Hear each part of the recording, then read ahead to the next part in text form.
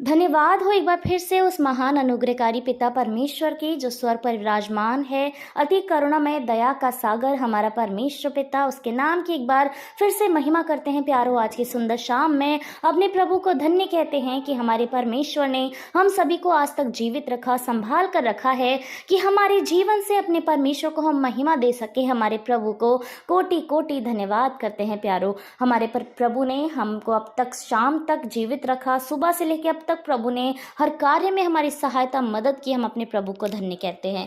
हमारे परमेश्वर का वचन आज की शाम में वचन के द्वारा हमसे जो बातें करता है वो है मरकुस की 11 अध्याय की 25वीं आयत, जिसमें इस प्रकार लिखा है, और जब कभी तुम खड़े हुए प्रार्थना करते हो तो यदि तुम्हारे मन में किसी की ओर से कुछ विरोध हो तो क्षमा करो, इसीलिए कि तुम्हारा स्वर्गीय पिता भी तुम्हारे अपराध क्षमा करे। आमीन। परमेश्वर को धन्यवाद करते हैं सुंदर आशीषित वचन के लिए। परमेश्वर आज की शाम में हमसे बातें करना चाह रहे हैं वचन के द्वारा कि जब हम प्रार्थना करते हैं तो हमें कैसी प्रार्थना करनी चाहिए।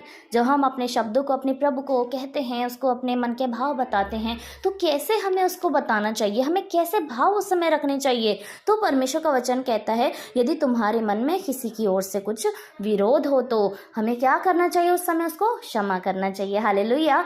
हम यदि अपने विरोधी को क्षमा नहीं करेंगे तो वचन कहता है हमारा स्वर्गीय पिता भी हमारे अपराधों को क्षमा नहीं करेगा। और जब हम अपने विरोधियों को क्षमा करेंगे तो निश्चय जो हमारे पाप हैं हमारा परमेश्वर उनसे हमको माफ करेगा, क्योंकि जैसा हम दूसरे के साथ करेंगे वैसा ही हमारे साथ किया जाएगा। प्रभु का वचन कहता है कई बार हम अपने भाई से, अपने पड़ोसी से, अपने साथ संबंधी वालों से, मित्र से ऐसी बुराइयां करते हैं और उनको बुरा भला कहते हैं, भले ही उन्होंने हमारे साथ बहुत गलत किया होता है, लेकिन हम अपने हृदय से उनको क्षमा नहीं कर पाते हैं। लेकिन मसीही जीवन क्या है? मसीही जीवन ही क्षमा करने का जीवन है। चाहे किसी ने हमारे साथ गलत किया हो तो भी हमें उसे क्षमा करना है। इसीलिए ही सिर्फ नहीं कि उसने नहीं किया और हमें गलत फहमी हो गई थी तब हमने मेल जोल किया, वरन इसलिए कि उसने हमारे साथ गलत किया, हम ये जानते हुए भी उसको यदि क्षमा करें तो परमेश्वर का वचन कहता है तो परमेश्वर हमारे अपराधों को भी क्षमा करेगा। क्योंकि जब वो दया और वो नम्रता हमारे हृदय में रहेगी तभी हम भी उम्मीद कर सकते हैं कि हमारे परमेश्वर भी हमारे अपराधों को क्षमा करे। इस दुनिया में कोई भी ऐसा नहीं है जिसके जीवनों से कोई गलती ना होती हो। हम प्रत्येक जीवन में, प्रत्येक दिन में गलती करते हैं, हमारे जीवन से गलतियां हो जाती हैं। तो जब हमारी खुद की गलतियां, जो हम खुद को गलतियों को देखते हैं, यदि वो हमको बड़ी नहीं लगती और दूसरे की गलतियों को हम बहुत बड़ा मानते हैं और उसे क्षमा नहीं करना चाहते हैं, तो निश्चय हमको अपने अंदर झांक कर भी देखना चाहिए कि हमने भी तो किसी के विरोध में गलत काम किया है। यद्यपि संसार के विरोध में ना किया हो तो भी हमारे परमेश्वर की दृष्टि में हमारे जीवन में कहीं ना कहीं गलत काम हो जाते हैं। तो जब हम दूसरे को क्षमा नहीं करेंगे तो हमारा परमेश्वर हमें कैसे क्षमा कर सकता है? क्योंकि गलतियां तो सेम हैं। जैसा हमको उसके प्रति लग रहा है वैसा ही हमारे परमेश्वर को भी हमारे प्रति लग रहा होगा कि हमने ये उसके विरोध में काम किया है। जैसे हमें जलन, क्रोध, गुस्सा उस व्यक्ति को देखकर आ रहा होगा जिसने हमारे विरोध में काम किया, वैसे ही जब हम भी अपने परमेश्वर के विरोध में काम करते हैं तो क्या परमेश्वर को भी वैसा ही गुस्सा नहीं आता होगा? तो जब हम उसको क्षमा करेंगे तो निश्चय हमारा प्रभु भी हमारे पापों को क्षमा करेगा।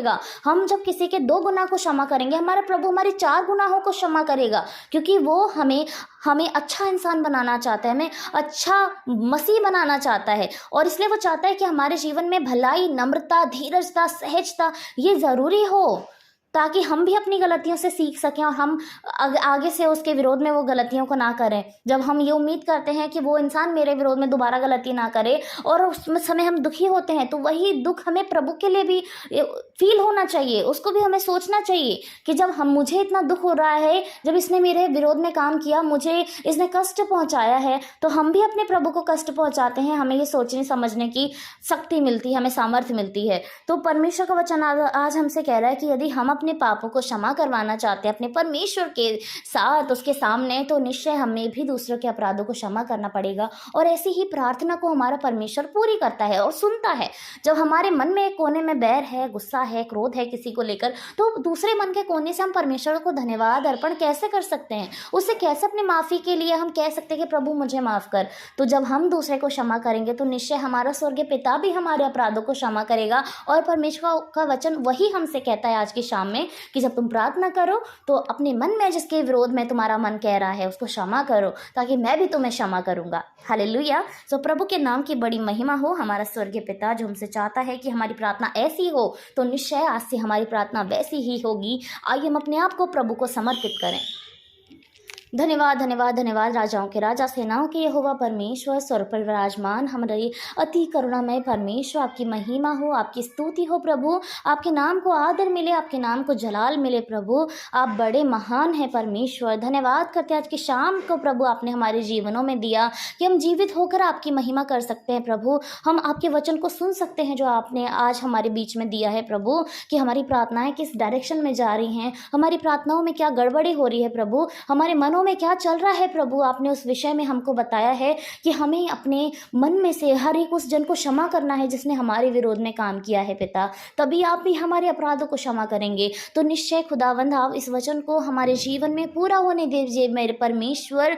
हर एक सुनने वाला इस वचन को अपने मन में रख ले प्रभु, कि यदि वो अपने अपराधों को क्षमा करना आना चाहते हैं तो निश्चय उन्हें भी क्षमा करना पड़ेगा प्रभु जी। आप उन पर दया करें, उनके मन को कठोर ना करें फिरौन के समान परमेश्वर। जैसे आपने फिरौन के मन को कठोर किया था जब वो इसराइलियों को नहीं जाने दे रहा था पिता, आप इनके मनों को नम्र करें प्रभु, कि अपनी गलतियों को भांप सकें, उससे सीख सके प्रभु, से महसूस कर सकें और खुदावंद अपनी उन कमियों को जांच सके वचन के आधार पर प्रभु, ताकि उनकी प्रार्थना एकदम सही जाने पाए, उनकी दौड़ सही होने पाए प्रभु, उनका निशाना सही जगह लगने पाए परमेश्वर। आप दया करें खुदा, आप अनुग्रह करें परमेश्वर। आज की शाम में प्रत्येक जन को आपके हाथों में सौंपते हैं, जिनकी भी परेशानी है, बीमारी है, एक एक जन के लिए हम प्रार्थना करते हैं जिनकी आंखों में समस्या है, इन्फेक्शन है, मोतियाबिंद है, ऑपरेशन होने जा रहा है। प्रत्येक प्रार्थना को प्रभु मैं आपके ही हाथों में सौंपती हूँ पिता।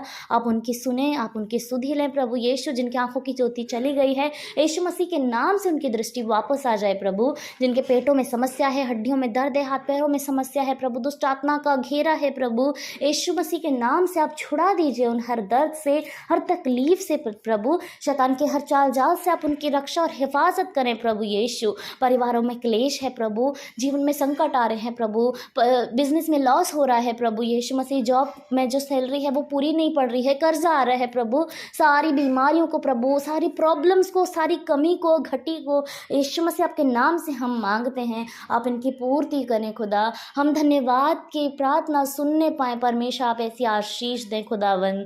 धन्यवाद यीशु मसीह, आप प्रत्येक जन को संभालें, उनके साथ हों खुदावन। हम प्रार्थना करते हैं रात को प्रभु सभी को आप अच्छी नींद दें खुदा। शैतान कोई भी दर्शन इनके जीवन में ना डाले जिससे ये लोग डरें प्रभु। जब ये सोते हैं प्रभु, आपके स्वर्गदूत इनके चारों तरफ तैनात हों कि इनकी रक्षा हिफाजत करें प्रभु। आप इनके साथ हों खुदावंद यीशु मसीह। जब सुबह को उठते हैं तो एक बड़ी महिमा के साथ, एक बड़े धन्यवाद के साथ प्रभु आपके नाम को आदर देते हुए सभी उठें और आपकी महिमा करें प्रभु। धन्यवाद करते हैं सारी बातों के लिए प्रभु, सारा आदर महिमा आपको देते हैं। उद्धारकर्ता यीशु मसीह के धन्य पवित्र और मीठे नाम से इस प्रार्थना को मांगते हैं। आमीन आमीन और आमीन।